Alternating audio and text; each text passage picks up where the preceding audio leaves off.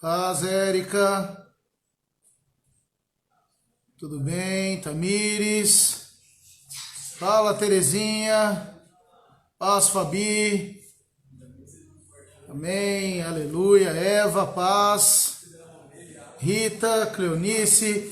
Irmãos, você que está online, se você puder pegar esse vídeo e compartilhar no grupo da sua rede para ajudar os demais irmãos. Aleluia. Eu vou dar aí uns 5 minutos para os irmãos entrarem. Nós vamos para essa última parte da live. Nós estamos falando a respeito das estratégias malignas para a destruição da igreja. Se você puder aí compartilhar, compartilha aí no grupo da sua rede, envia para os irmãos. Paz, Jean. Aleluia. Marilda. Alexandre. Envia aí o vídeo para os irmãos da sua rede, amém? Os discipuladores que estão aqui comigo vão enviar também, mas ajuda, você sempre ajuda e auxilia.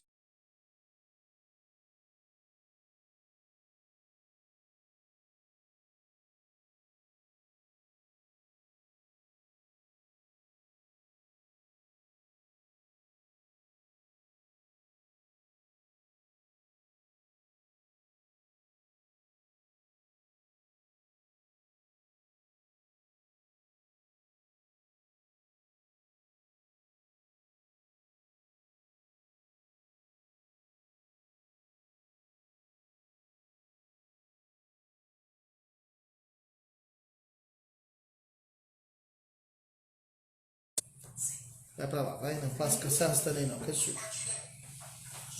Amém, paz, firme. Amém, Dani, vai para lá, deixa o papai gravar aqui.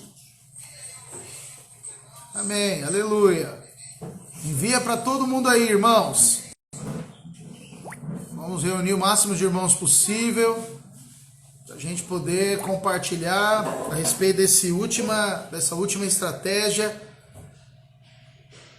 de Satanás. Eu vou fazer uma sugestão para você discutir isso também no seu discipulado, à medida que for possível, você poder falar com os irmãos. É uma bênção quando você tem liberdade de falar com os irmãos. Aleluia. Paz, Simone. Jamile. Paz, Edinho.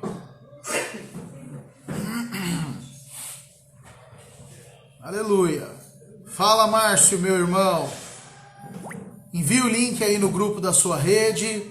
Daqui a 2 minutos a gente começa a falar efetivamente do assunto, bater um papo. Manda no discipulado também, que facilita, né? Eu não sei fazer isso, acredita? Tem que pegar o seu perfil. É meu perfil. Eu imaginei. Paz, Silas. Aleluia. Amém, amém. Aleluia, Larissa, Eric, paz, Puc, Sueli, paz, Cláudio. Aleluia, irmãos. Priscila, envia para o máximo de pessoas aí que você conseguir, convida as pessoas. Fala, Baruque. Aleluia, meu irmão. A gente poder compartilhar aqui essa última estratégia. Lembrando você que essa eu considero a estratégia mais sensível e a que traz mais pressão. Então eu vou estimular você a conversar com o seu discipulador sobre ela. É algo muito importante. No meu discipulado eu quero abordar um pouquinho mais sobre isso também. Aleluia. Falta 1 minuto para a gente começar. Reúne aí o máximo de irmãos. Se alguém puder pedir para as nossas crianças gritar menos aí, vai ser uma bênção. Aleluia. Aleluia. Fala, João Pedro. Como é que você tá, rapaz? Aleluia. Glória a Deus. Amém, irmãos. Em nome de Jesus Cristo de Nazaré, 8 horas. Se você puder fechar os seus olhos para nós orarmos, aonde você está. Aleluia. Paz, Ana, Débora. Vamos orar. Pai, em nome de Jesus, obrigado pela oportunidade de conversar com os meus irmãos, ainda que de maneira virtual. Eu te agradeço porque nós podemos ter um tempo juntos podemos compartilhar a respeito das suas verdades, compartilhar a respeito do seu coração. Pai, eu clamo para que o Senhor, durante esses 30 minutos que nós vamos estar juntos, traga a revelação para os seus filhos, traga a revelação para mim, marca o nosso coração. Nós ansiamos cada vez mais pela sua glória. Eu aproveito para guardar a vida dos meus irmãos de todo mal, de toda opressão, de todo ataque na mente, de todo ataque no corpo, de toda pressão de fé. Pai, eu estabeleço o coração dos meus irmãos baseado na graça, selado pela unção do Espírito. Ó Deus, eu declaro o coração dos meus irmãos marcado pela vida, marcado pela unção, marcado pelo favor. Ó Deus, eu declaro o seu favor, marcando a vida dos meus irmãos, entrando com poder e glória. Marca os meus irmãos com poder e glória, Senhor, em nome de Jesus. Amém. Aleluia. Amém. Os irmãos que eu não vi ainda, uma boa noite para vocês. Em nome de Jesus. Mais uma vez, se você tiver pergunta, manda para o seu discipulador.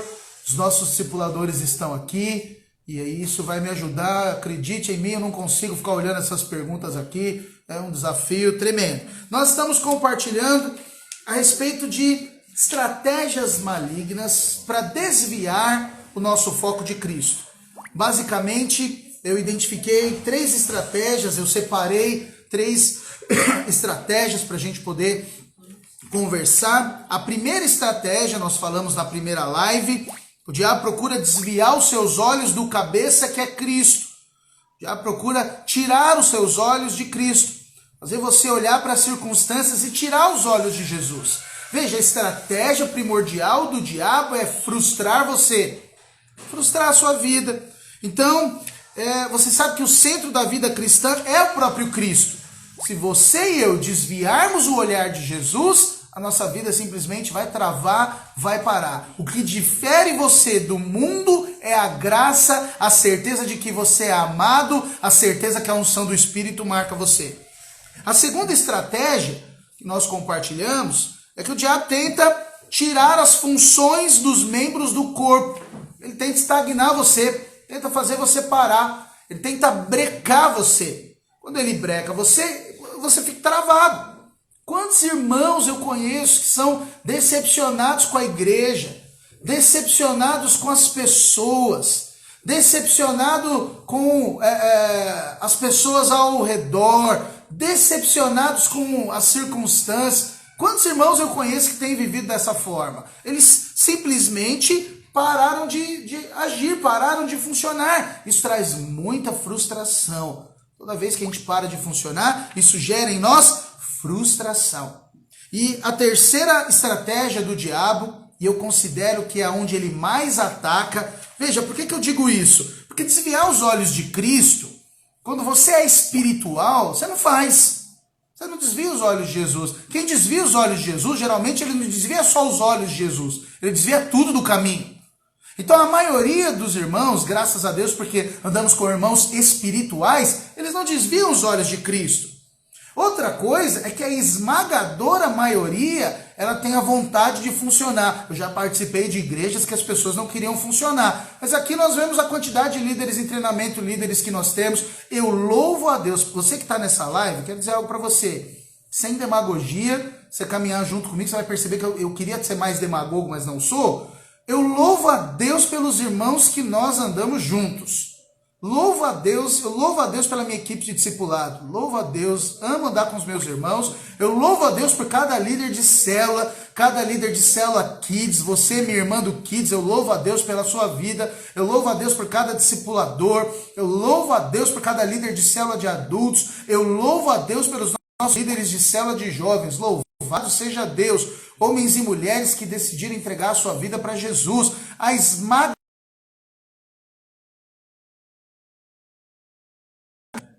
Então, tirar as funções dos membros do corpo é uma estratégia do diabo, mas não é todo mundo que é acometido com isso.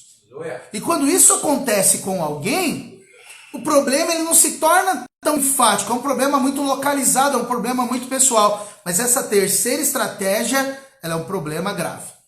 Ela é um problema que atinge o corpo como um todo, que é a estratégia de dividir o corpo. A estratégia de dividir o corpo. Veja, o diabo tenta, em primeiro lugar, atingir a cabeça, que é Cristo. Depois ele tenta anestesiar os membros do corpo. Ele tira as funções dos membros do corpo.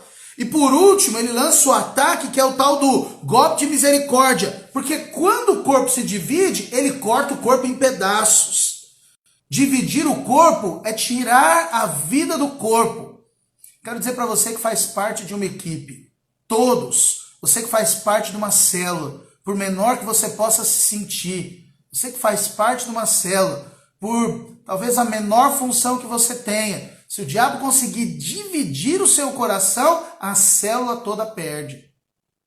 Sabe? É uma estratégia maligna. O diabo procura fazer você enxergar as falhas dos irmãos. Ou saber o que eu quero te dizer. Pastor, por que você está falando isso? Eu estou falando isso que é para você enxergar se o problema talvez está acontecendo com você. O diabo te mostra as falhas dos irmãos. E deixa eu te contar um negócio, viu, querido?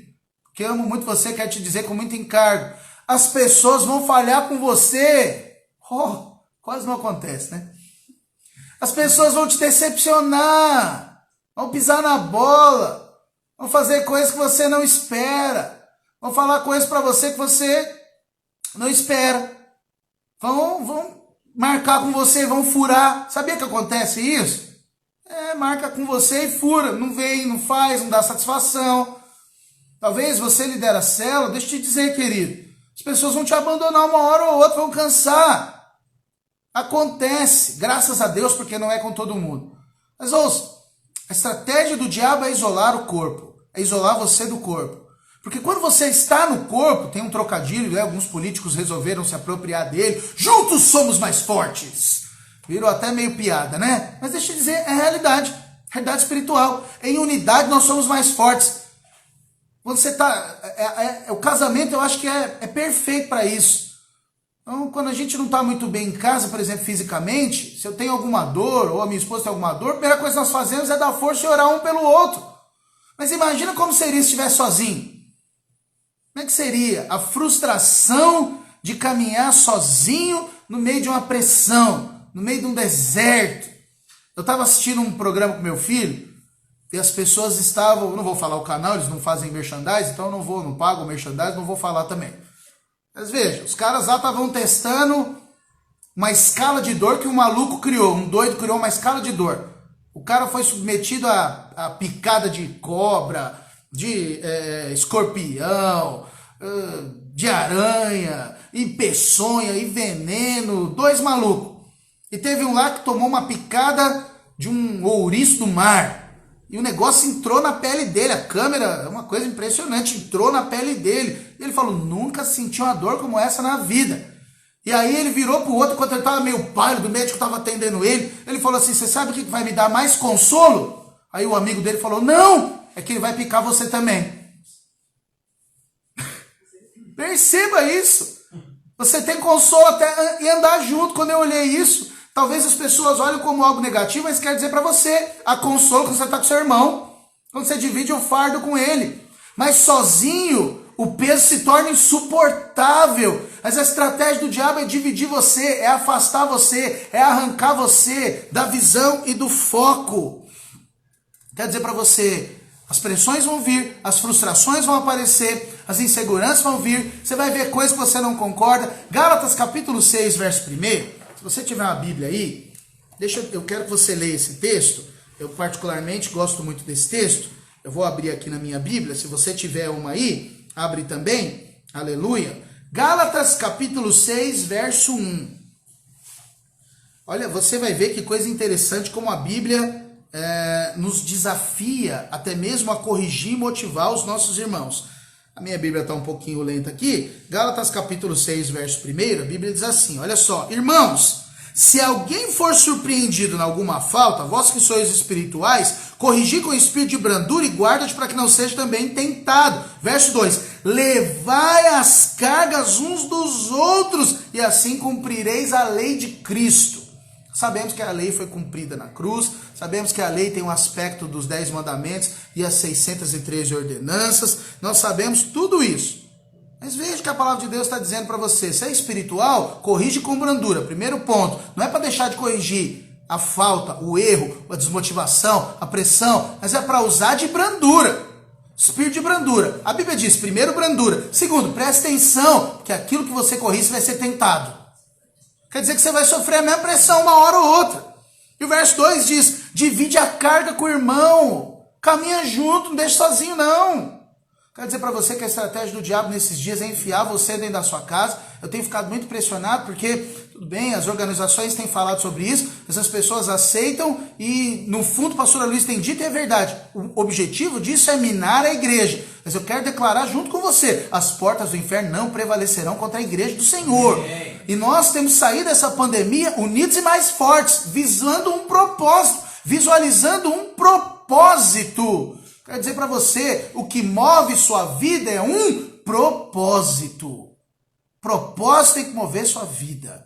O propósito tem que trazer paz para você. Verso 3 de Gálatas capítulo 6 diz, porque se alguém, olha que coisa forte, aqui é forte, né? Como diz os irmãos das igrejas mais tradicionais, é forte o negócio aqui, ó. Se alguém julga ser alguma coisa, não sendo nada, assim mesmo se engana. E aí pegou.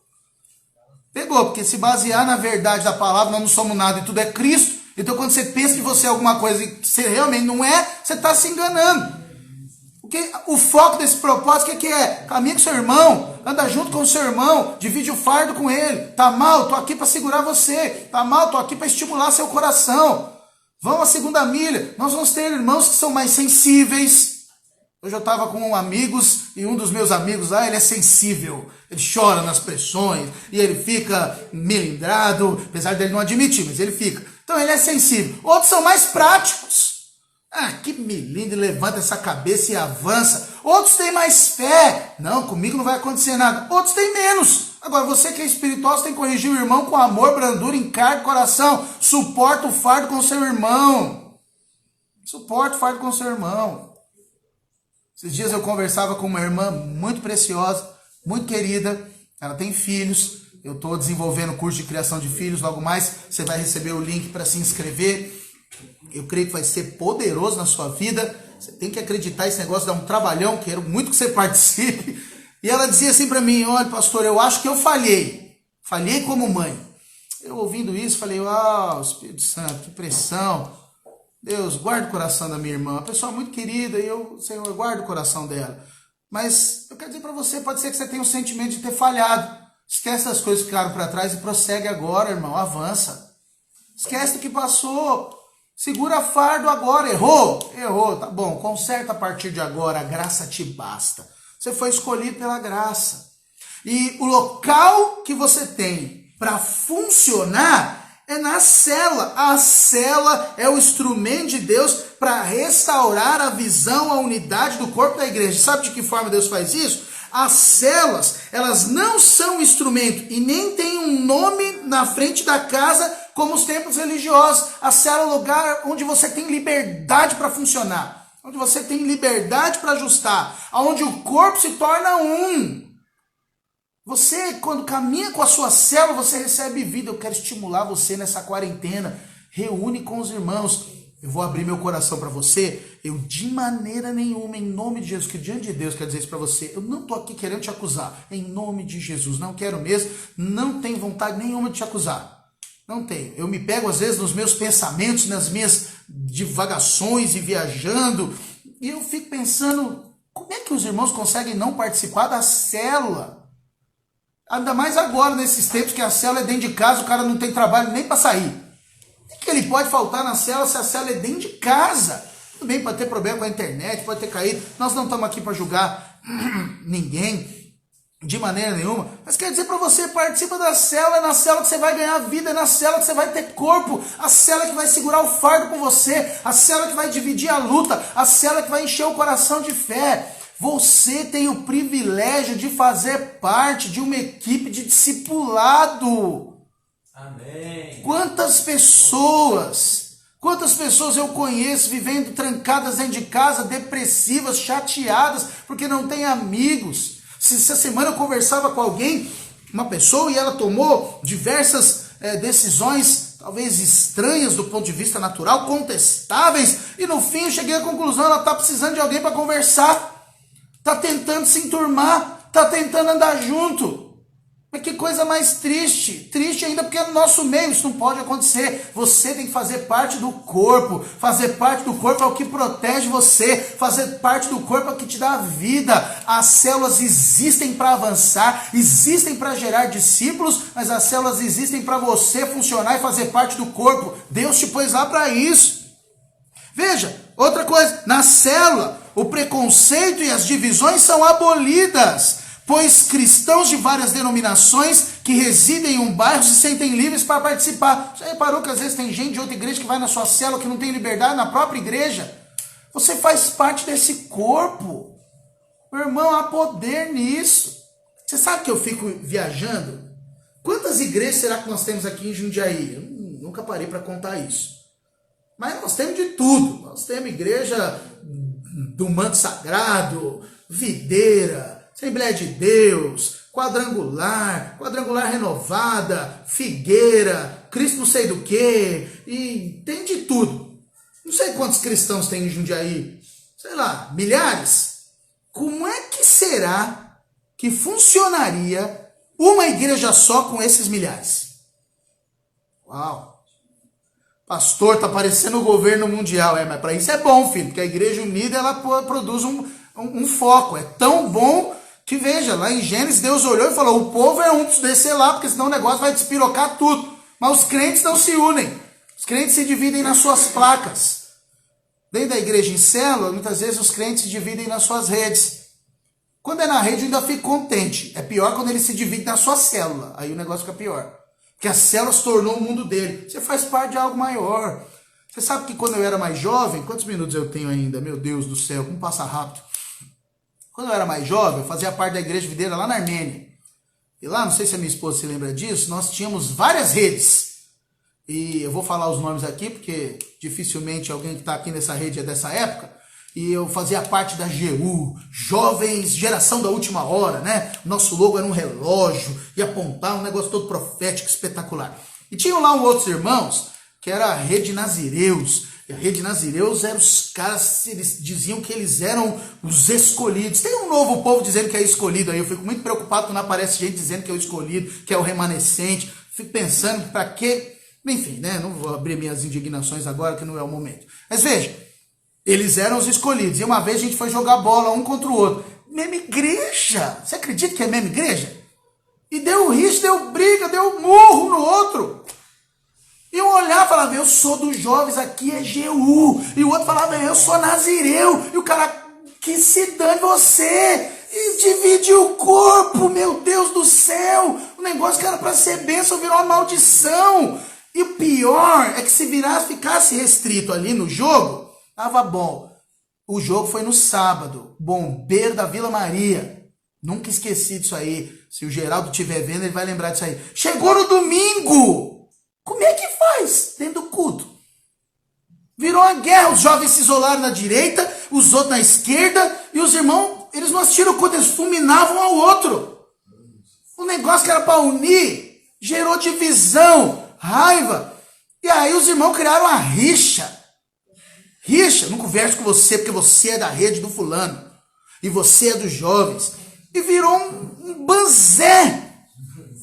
Virou uma confusão. Dividiu o corpo.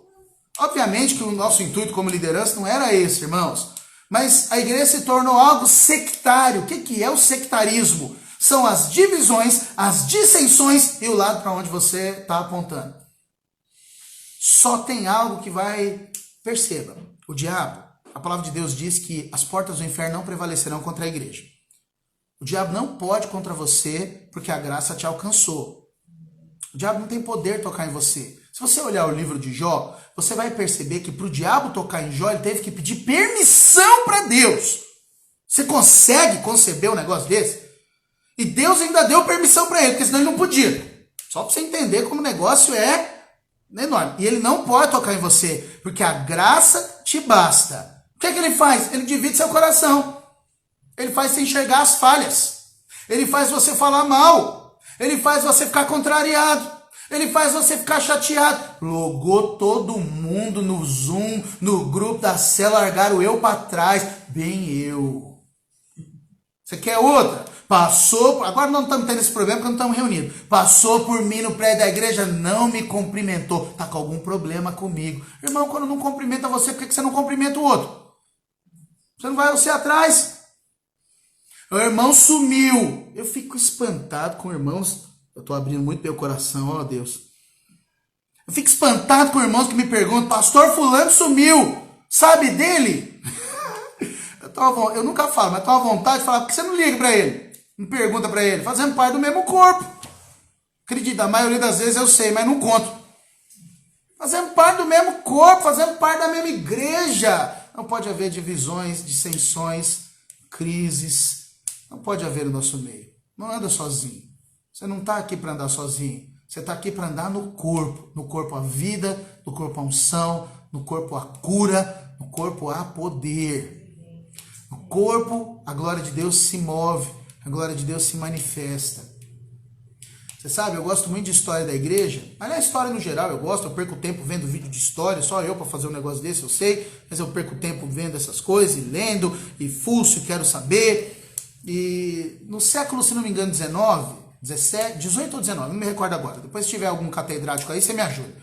No século 18 ou 19, teve um camarada chamado Charles Finney.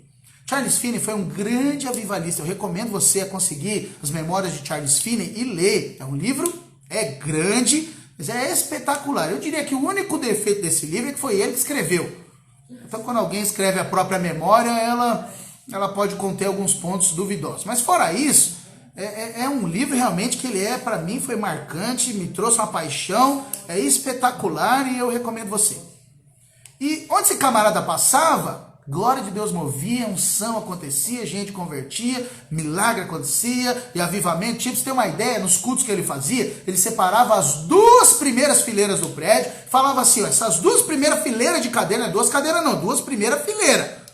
Aqui no prédio seria 8 e 8, 16, seria 32? 32 cadeiras, separou 32 cadeiras. As 32 primeiras cadeiras. Falou assim, ó, eu não vou fazer apelo, eu vou pregar o evangelho, se o Espírito tocar em você, você vai sair do seu lugar durante a ministração da palavra, vai sentar aqui na primeira fileira, quando acabar o culto eu vou orar por você, seus pecados vão ser perdoados, você vai arrepender. A história conta que nego sentava no chão. Gente sentada no chão, não cabia. Veja, esse camarada fez isso sozinho. Só ele. Você imagina o que vai acontecer se na sua célula, onde tem 5, 6, 7, 10 irmãos, todo mundo tiver o coração desse cara? Onde será que nós vamos chegar? Eu não estou brigando com você de jeito nenhum, eu quero estimular o seu coração. Anda no corpo. Não deixe o diabo dividir você. Não deixe o diabo te mostrar as falhas. Ame seu irmão. Ame seu irmão. Amar quem parece com você é fácil, filho. Eu desafio você a amar quem é o seu oposto. É por isso que meu casamento é tão feliz. Eu e minha esposa somos opostos. Oposto. Não tem água no vinho. Mas nós nos damos bem. Eu desafio você a amar quem não é igual a você. Quem não tem o seu temperamento. Quem não torce pro seu time. Que até isso dá briga. Aqui eu tô cercado de time estranho. Meu Deus do céu. Aí, ó. Tô cercado aqui de... Deixa pra lá. Eu ia falar Butre, mas é tudo crente. Aleluia. É tudo gavião, gambá, é tudo a mesma coisa. Mas veja, irmãos, eu desafio você a caminhar com os irmãos, não pense igual a você. Mas tem até um Flamengo aqui, meu Deus do céu. Eu desafio você a andar com gente que não é igual a você, que não tem o mesmo coração nesse sentido. Mas nós queremos andar com quem é igual. Olha para os discípulos de Jesus, Espírito Santo de Deus, ninguém parecia com ninguém. Você já imaginou Pedro na sua equipe? João. Eu, se estivesse andando com o João da Bíblia, ia dizer para ele, rapaz, tu é mole, hein? Levanta essa cabeça aí, menino. O que está acontecendo?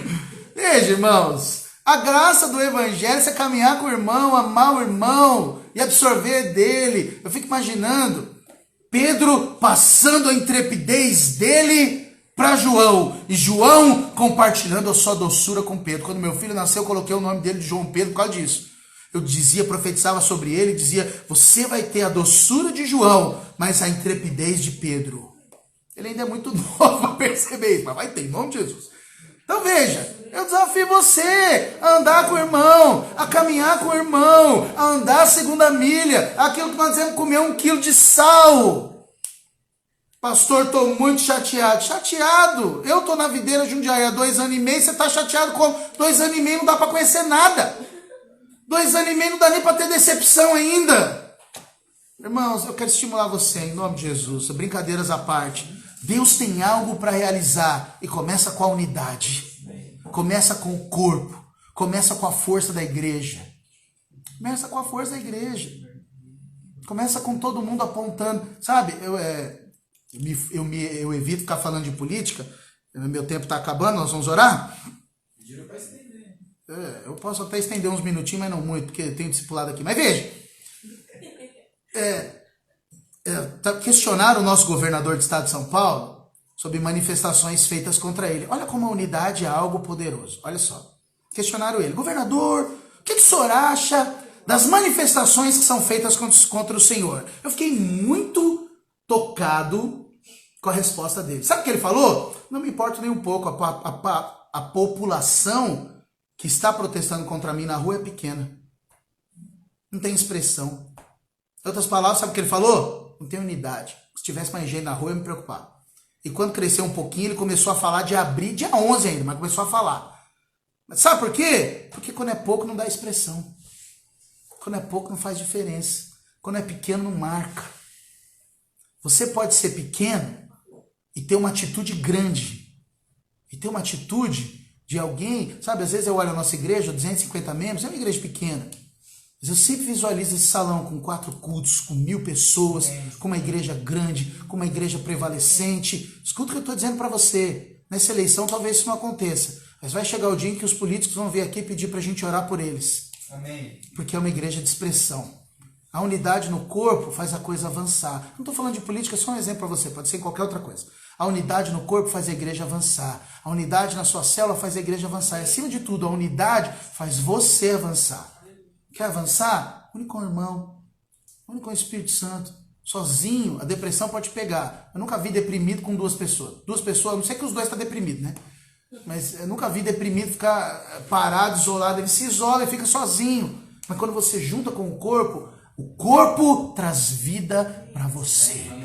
O corpo é vida. O corpo é unção. Eu estimulo você a conversar sobre isso com o seu líder. Mas não no sentido de cobrar. Não faz isso não. O negócio aqui não é cobrar. Não estamos aqui para cobrar ninguém. Nós estamos aqui, né, para olhar, ajustar e caminhar. Deus colocou você nesse lugar, nessa igreja, nessa cidade, nesse tempo, para você produzir um impacto que foi aqui. O apóstolo Paulo produziu um impacto marcante e sobrenatural no mundo grego, no mundo gentil.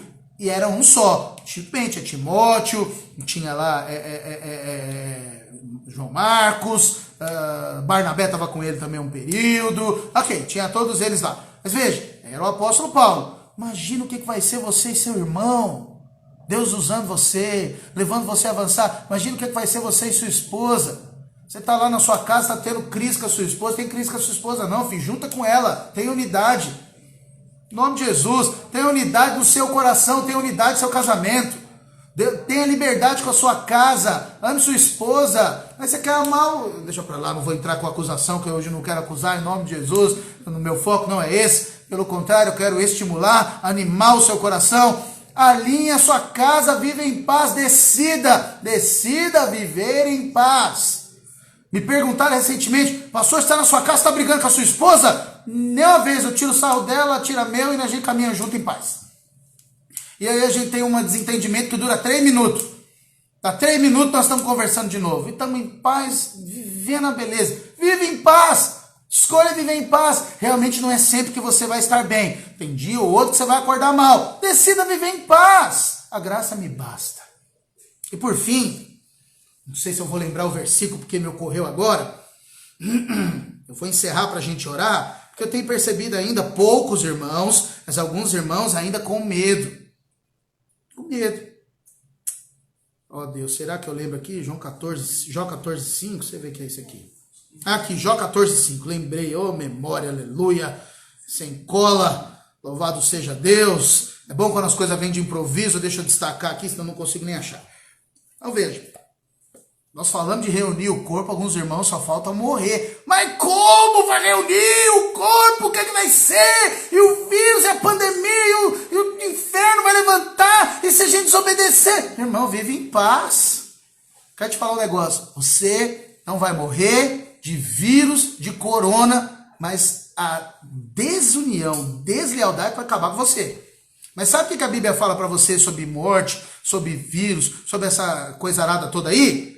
Jó 14, verso 5 diz: visto que seus dias estão contados, contigo está o número dos seus meses, tu ao homem puseste limite, além dos quais não passará. Quem pôs limite foi Deus. Quem contou os dias foi Deus. Você não morre, queridão, até os seus dias acabarem. Aleluia. Deus estipulou o tempo que você vai viver. Pense você do jeito que você quiser. Contra a verdade da palavra você não pode alterar. A Bíblia diz que os seus dias chegarão ao final quando Ele quiser. Você não pode fazer nada para aumentar nem diminuir. Viva pela glória, pela unção. Viva pelo corpo, pela unidade. Viva pela visão. Participe da graça, desfrute do favor, desfrute da vida. Deus tem vida para derramar em você.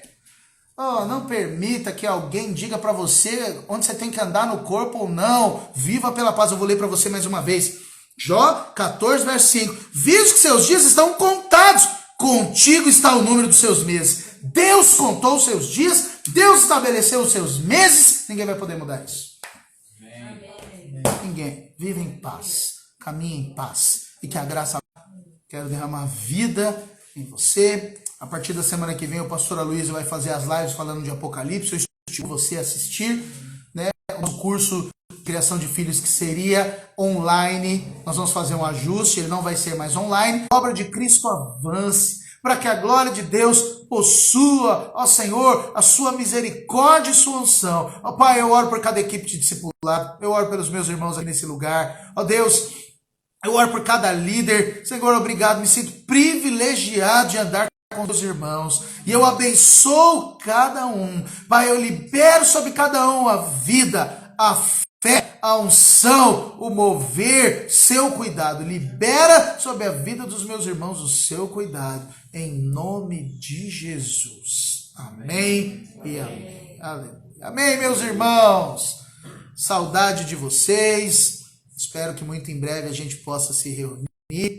E eu creio que o Senhor vai encher você de paz, de fé e de vida. Eu tenho orado muito por você. Você viverá dias de muita paz em o nome do Senhor Jesus. Amém? Um beijo no seu coração. Que a graça e a paz do Senhor Jesus repouse sobre você. Aleluia.